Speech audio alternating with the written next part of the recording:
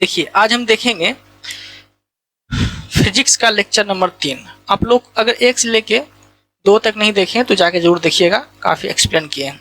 देखिए तरंग देखेंगे आज हम। तरंग को 2 भागों में हम लोग बांटते हैं। तरंग के बारे में पहले भी देख लिए थे और आज भी हम आगे देखेंगे। ठीक है, तरंग को 2 भागों में जानते हैं हम लोग, एक यांत्रिक तरंग, एक अयांत्रिक तरंग। अयांत्रिक तरंग को ही विद्युत चुम्बकीय तरंग बोलते हैं। ठीक है, देखिए यांत्रिक तरंग जो है, यांत्रिक तरंग को चलने के लिए माध्यम चाहिए, जबकि अयांत्रिक तरंग के लिए चलने के लिए जो है माध्यम क्या बनता है, तो एक रुकावट बन जाता है। फिर से बोल देते हैं, तरंग को 2 भागों में हम लोग बांटते हैं, यांत्रिक तरंग और अयांत्रिक तरंग। अयांत्रिक तरंग को विद्युत चुम्बकीय तरंग बोलते हैं। यांत्रिक तरंग को चाहिए माध्यम और अयांत्रिक तरंग जो है माध्यम एक रुकावट बन जाता है। ठीक है, अब देखिएगा यांत्रिक तरंग तीनों अवस्था में चल सकती है, ठोस, द्रव, गैस, ये तीनों अवस्था में चल सकती है। यांत्रिक तरंग को 2 भागों में बांटते हैं, अनुदैर्ध्य और अनुप्रस्थ। अनुदैर्ध्य और अनुप्रस्थ। ठीक है, अब समझिएगा, देखिए अयांत्रिक तरंग जो है तीनों अवस्था में साथ साथ निर्वात में भी चल सकती है। मतलब कि अयांत्रिक तरंग ठोस, द्रव, गैस, ये तीनों में तो चल ही सकता है, प्लस निर्वात में चल सकता है, और निर्वात में सबसे ज्यादा चलती है, सबसे ज्यादा, ये भी याद रखिएगा।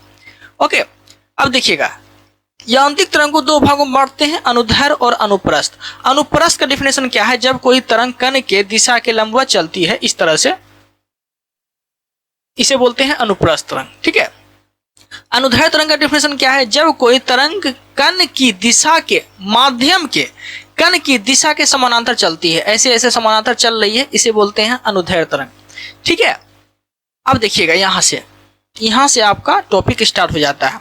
देखिएगा अनुदैर्ध्य तरंग का एग्जांपल क्या है, तो समझिएगा ध्वनि एक कैसी तरंग है, तो ध्वनि एक अनुदैर्ध्य तरंग है, पी तरंग है। ठीक है, सर्पिलाकार स्प्रिंग में कैसी तरंग, तो अनुदैर्ध्य तरंग। सर्पिलाकार स्प्रिंग का मतलब ये हो गया, देखते होंगे अंडा खाए होंगे आप लोग, एग। ठीक है, तो अंडा जो बनाता है उसका जो स्प्रिंग होता है ऐसे ऐसे होता है, ऐसे ऐसे होता है इसका स्प्रिंग। ठीक है, उसके बाद जो है ग्लास में ऐसे ही डुबा के ऐसे ऐसे मिला देता है, वो क्या हो गया, सर्पिलाकार स्प्रिंग हो गया। तो उसमें कैसी तरंग, तो उसमें अनुदैर्ध्य तरंग उत्पन्न होता है। ठीक है, अब समझिएगा अनुप्रस्थ तरंग का एग्जांपल क्या है, समुद्र में उठने वाला लहर। ठीक है, कैसा तरंग है, तो अनुप्रस्थ तरंग है। सितार हो, गिटार हो, तनायुक्त डोरी हो, बीना में कैसी तरंग, तो अनुप्रस्थ तरंग। ठीक है, याद रखिएगा। आगे देखते हैं,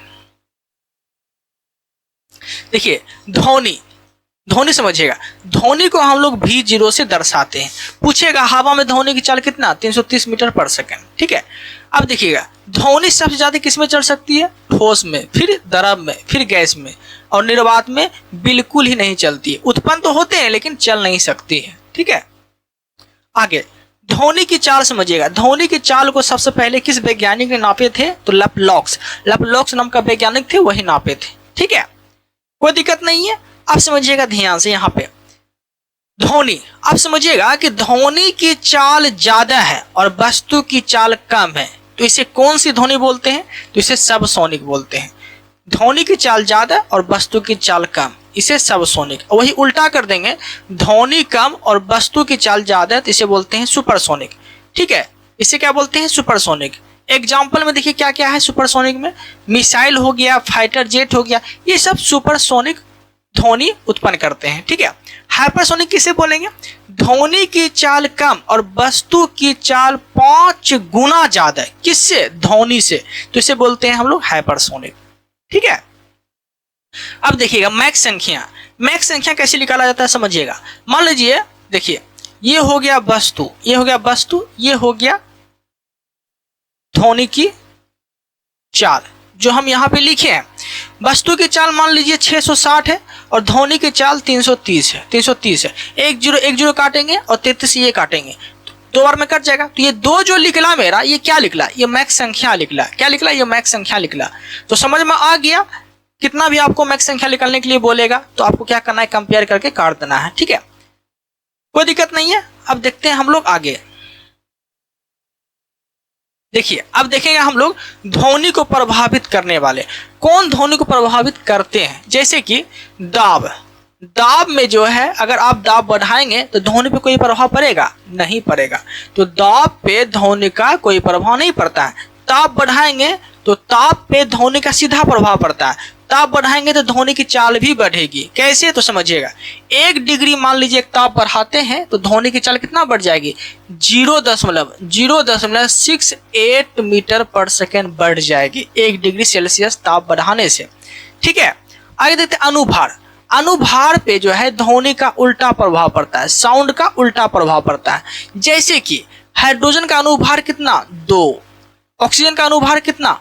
32। ठीक है, तो उल्टा प्रभाव पड़ता है, हम ये बोले थे। तो जिसका अनुभार कम होगा उसमें ध्वनि की चाल ज्यादा होगा, और जिसका अनुभार ज्यादा होगा, मतलब जिसका अनुभार ज्यादा होगा उसमें ध्वनि की चाल कम होगा, ध्वनि की चाल कम होगा।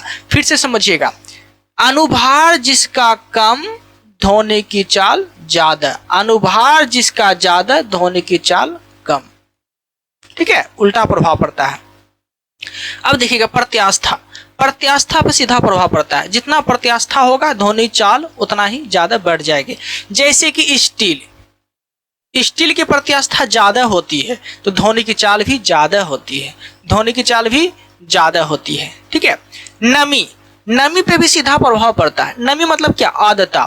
आर्द्रता बढ़ाएंगे तो ध्वनि की चाल भी बढ़ेगा। ठीक है, देखिए एक चीज में आप फंसिएगा नहीं, यहाँ ताप बोले हम, ठीक है, यहाँ आर्द्रता बोल रहे हैं।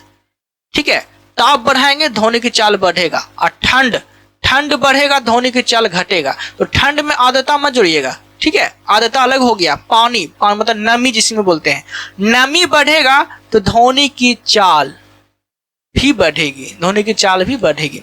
देखिएगा ध्वनि तरंग, ध्वनि तरंग की विशेषता समझिएगा आप। एक होती है तीव्रता, ध्वनि की तीव्रता जिसे बोलते हैं प्रबलता। समझिएगा, तीव्रता जितना बढ़ाएंगे ध्वनि की चाल बढ़ेगी। ठीक है, ध्वनि की चाल बढ़ेंगे, तीव्रता घटाएंगे ध्वनि की चाल भी घटेगी। ठीक है, याद रखिए, जैसे हम तेज बोलेंगे तो तेज ध्वनि सुनाई पड़ेगा, कम बोलेंगे स्लो तो स्लो ध्वनि सुनाई पड़ेगा। मतलब तीव्रता या प्रबलता इसी को बोलते हैं। तो इस पे सीधा प्रभाव पड़ता है। और तीव्रता को, ध्वनि की तीव्रता नापते किस में है? तो डेसिबल में नापते हैं। किस में नापते हैं? डेसिबल में नापते हैं। ठीक है, अब देखिएगा, अब एक होते हैं तीक्ष्णता। तीक्ष्णता जिसे बोलते हैं पीच। ये 3 प्रकार के होते हैं। इस पे ना उल्टा प्रभाव पड़ता है, ध्वनि का उल्टा प्रभाव पड़ता है। ठीक है, कैसे उल्टा प्रभाव पड़ता है तो समझिएगा। पीच, पीच क्या होता है समझिएगा। जैसे कि यहां समझिएगा, यहां समझा रहे हैं हम। देखिए ये हो गया साउंड, ये क्या हो गया? साउंड। और ये हो गया पीच, पीच हो गया। तीक्ष्णता जिसे बोलते हैं, क्या बोलते हैं? तीक्ष्णता, तीक्ष्णता जिसे बोलते हैं। ध्यान समझिएगा, आपसे पूछेगा बच्चा का तीक्ष्णता ज्यादा या आदमी का, किसका तीक्ष्णता ज्यादा होती है? तीक्ष्णता किसका ज्यादा होगा? ठीक है, तो तीक्ष्णता ज्यादा होगा किसका? इसका ज्यादा होगा, बच्चा का। ठीक है, मतलब इस पे उल्टा प्रभाव पड़ता है। ध्यान समझिएगा, उल्टा प्रभाव पड़ता है। ओके, तीक्ष्णता, तीक्ष्णता मतलब उल्टा प्रभाव पड़ता है। तीक्ष्णता जितना ज्यादा होगा ध्वनि उतना कम सुनाई पड़ेगा। ठीक है, अब देखिए तीक्ष्णता को 3 भागों में बांटते हैं हम लोग। एक सबसोनिक, मतलब ये एक होते हैं अपसर्व, एक होते हैं सर्व, एक होते हैं परासर्व। ठीक है, क्या होते हैं? एक होते हैं सर्व, एक होते अपसर्व, एक होते हैं सर्व, एक होते हैं परासर्व। ठीक है, अपसर्व ध्वनि के अगर पूछ लिया तो कितना कम होते हैं? तो 20,000 हर्ट्ज से कम। इसे क्या बोलते हैं? अपसर्व, अपसर्व बोलते हैं। ठीक है, अपसर्व तरंग। और सर्व किसे बोलेंगे? 20 से 20,000 के बीच है जो हम लोग सुन सकते हैं, तो उसे बोलते हैं सर्व। परासर्व किसे बोलेंगे? 20,000 से ज्यादा, ये कुत्ता बिल्ली सुनते हैं। ठीक है, कोई दिक्कत नहीं है। चमगादड़ उत्पन्न करते हैं। परासर्व कौन उत्पन्न करते हैं? चमगादड़ उत्पन्न करते हैं, ऐसे याद रखिएगा। ठीक है, चलिए यहां समझिएगा, यहां से मैं और भी अच्छे समझाने जा रहे हैं। वहां जो भी नहीं समझे यहां समझिएगा। यांत्रिक तरंग, ध्वनि की विशेषता हम देख रहे थे, क्योंकि ध्वनि यार तो यांत्रिक तरंग के अंतर्गत ही आते हैं ना। ठीक है, ध्वनि की विशेषता हम क्या देखे थे? तीव्रता, जितना तेज बोलेंगे उतना सुनाई पड़ेगा तेज। तीक्ष्णता, तीक्ष्णता को 3 भागों में बांटते हैं, इस पर उल्टा प्रभाव पड़ता है। ठीक है, तीक्ष्णता अगर ज्यादा होगा तो ध्वनि सुना पड़ेगा कम, तीक्ष्णता अगर कम होगा ध्वनि सुना पड़ेगा ज्यादा। ठीक है, याद रखिएगा। इस पे ध्वनि का उल्टा प्रभाव पड़ता है। ओके, देखिए ऐसे नहीं, देखिए ऐसे समझिएगा, ये हम थोड़ा उल्टा समझाइए दिए। देखिए यहां समझिएगा, तीक्ष्णता जिसका ज्यादा होगा ध्वनि क्या होगा, पतला हो जाएगा। तीक्ष्णता ज्यादा होगा ध्वनि हो जाएगा पतला, और तीक्ष्णता कम होगा तो ध्वनि हो जाएगा मोटा।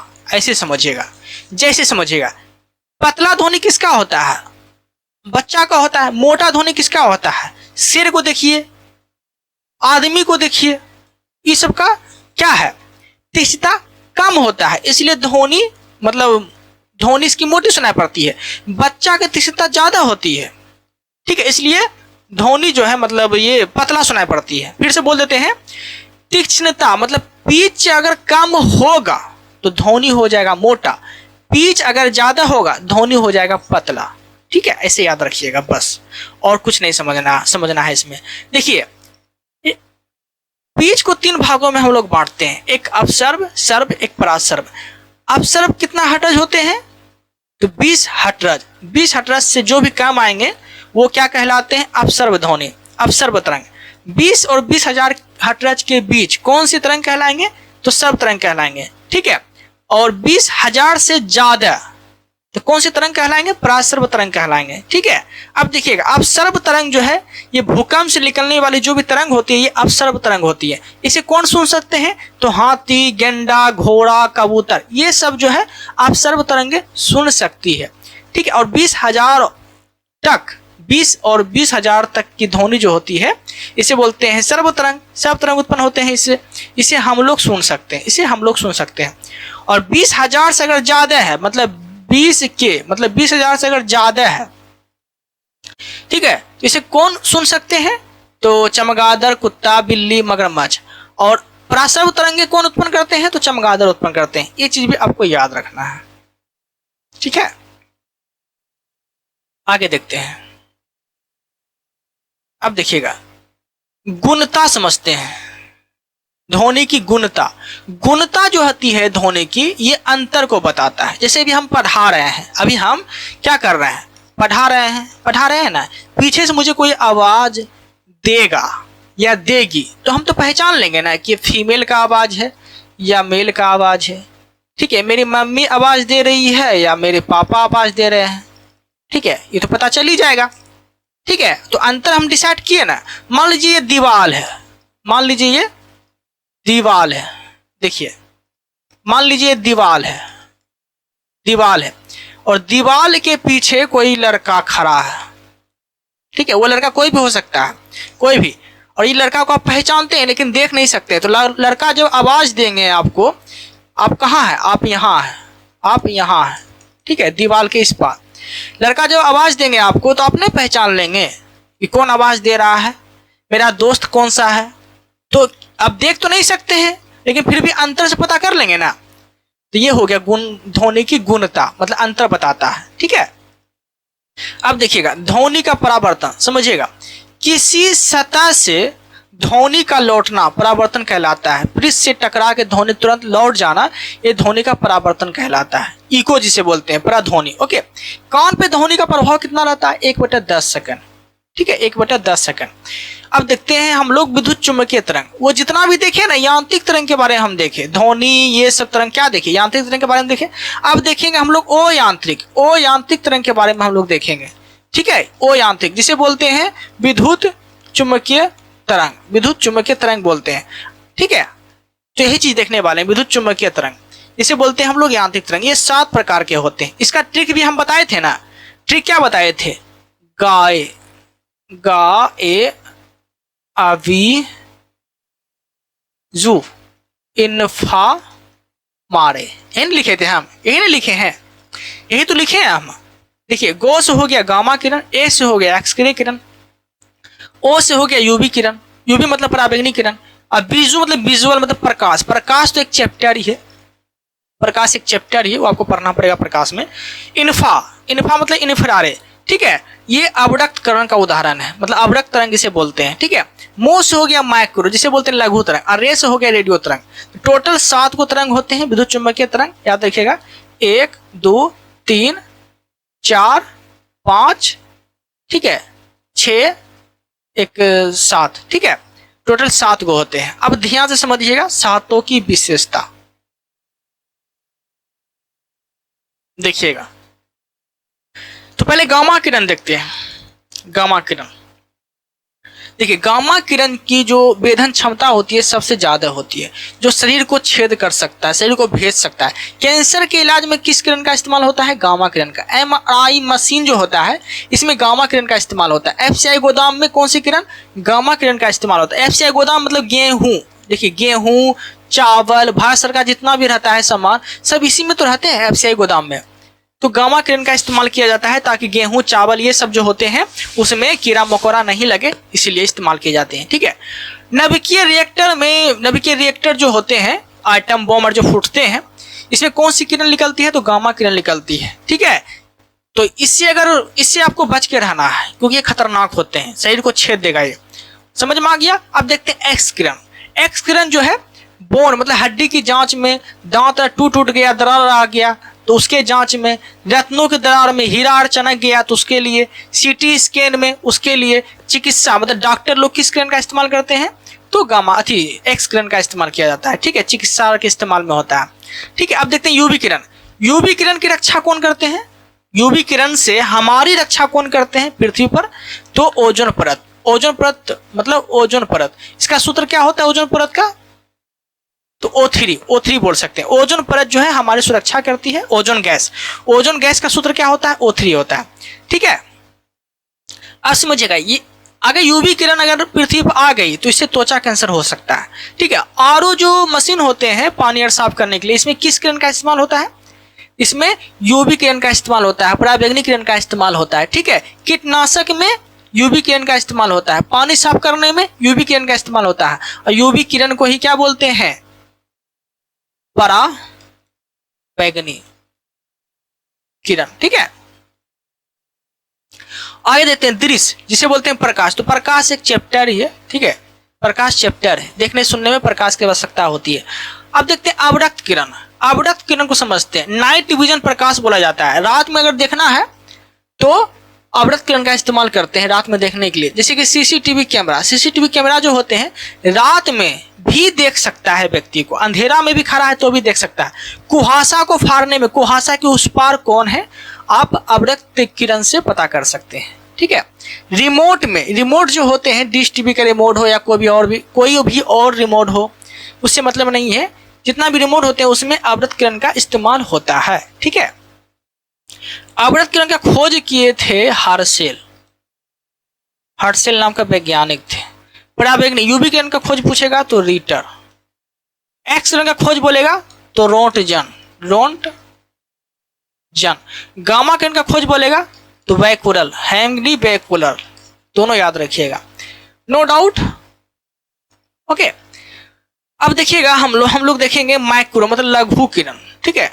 सेटअप बॉक्स जो होते हैं, जैसे कि ये सेटअप बॉक्स इतना को नहीं होता है, इतना जो सेटअप बॉक्स होते हैं इसमें बल्ब लगा रहता है ऐसे करके, और ये हो गया रिमोट, इसमें ये हो गया रिमोट, ठीक है। तो रिमोट से यहाँ जाता है तो यहाँ जो बल्ब लगा रहता है, जो सेटअप बॉक्स है, सेटअप बॉक्स में किस किरण का इस्तेमाल करते हैं? तो माइक्रो मतलब लघु किरण का इस्तेमाल करते हैं, ठीक है। डिश टीवीआर में उसी का इस्तेमाल करते हैं। स्पीड गन जो होते हैं,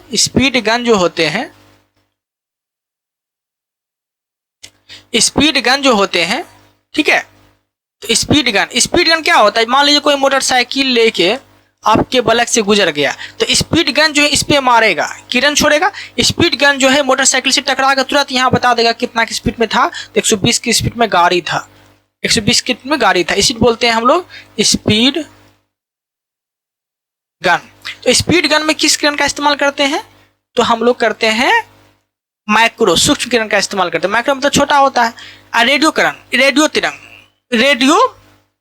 किरण, इसका इस्तेमाल जो है दूर स्थित वस्तुओं का पता लगाने, मतलब दूर स्थित वस्तुओं को देखने के लिए, ठीक है, ये सब का सुनने के लिए ये सब किरण का इस्तेमाल करते हैं, ठीक है। जैसे कि रेडियो हो गया, BBC विविध भारती हो गया, FM हो गया, इस सब में किस किरण का इस्तेमाल करते हैं? तो रेडियो तरंग का इस्तेमाल करते हैं। पायलट लोग जो होते हैं कैसे सुन लेते हैं नीचे से, जब ऊपर वाला पायलट जब बात करते हैं तो कैसे सुन लेते हैं, तो रेडियो तरंग के माध्यम से। इसका जो है तरंगदैर्घ्य ज्यादा होता है। तरंगदैर्घ्य किसका ज्यादा होता है, रेडियो तरंग का।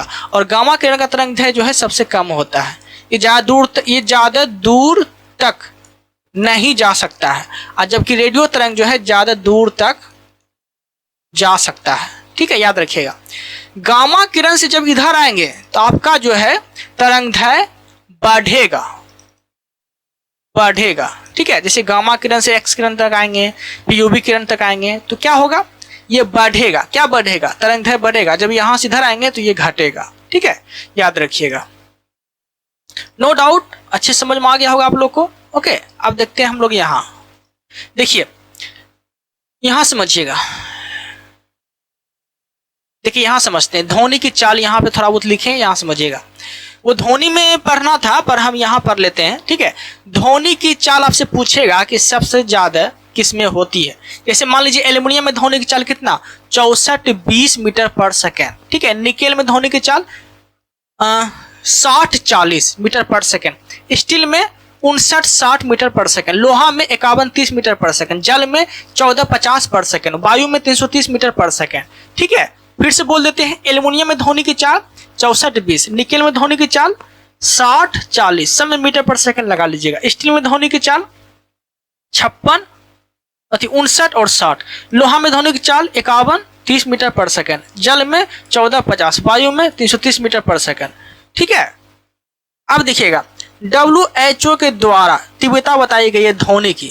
ठीक है, 50 डेसिबल से ज्यादा नहीं होनी चाहिए। ये स्वच्छ मतलब कि स्वास्थ्य के बारे में बताया गया है कि ये जो है सब सोनिक के अंतर्गत आते हैं। मतलब 50 डेसिबल से ज्यादा नहीं होना चाहिए। अगर उससे ज्यादा होता है ध्वनि, मतलब कि 80 डेसिबल होता है, तो ये क्या कहलाते हैं, सब सोनिक मतलब शोर कहलाते हैं। शोर जो स्वास्थ्य के लिए हानिकारक है। तो WHO के द्वारा बताया गया है कि 45 डेसिबल से ज्यादा नहीं होनी चाहिए। और ध्वनि की शोर जो बताई गई है WHO के द्वारा 80 डेसिबल बताई गई है। इससे ज्यादा अगर होता है तो शोर मानी जाएगी, या फिर 80 डेसिबल भी है तो ये शोर ध्वनि मानी जाएगी। ठीक है, अब देखिए साधारण बातचीत कोई कर रहा है तो इसमें ध्वनि की चाल कितना होती है। साधारण बातचीत जब कोई कर रहा है, जैसे हम एक दूसरे से बात कर रहे हैं, तो उसमें कितना डेसिबल तक ध्वनि निकलती है, तो 30 से 40 डेसिबल। ठीक है, तेज बात कर रहे हैं तो 50 से 60 डेसिबल तक निकलती है। ठीक है, रात में जो है ध्वनि की चाल तेज हो जाती है। किसके कारण, तो अपवर्तन के कारण। तो दिन के अपेक्षा रात में ध्वनि तेज सुनाई पड़ती है। किसके कारण, तो अपवर्तन के कारण। ठीक है, कोई दिक्कत नहीं है, समझ में आ गया होगा आप लोग को। ओके, अगला वीडियो में हम लोग देखेंगे प्रमुख उपकरण एवं आविष्कारक। फिलहाल इस वीडियो में इतना ही रखते हैं। मिलते हैं हम लोग अगले टॉपिक के साथ, अगले कंटेंट के साथ। Thank you, thanks for watching.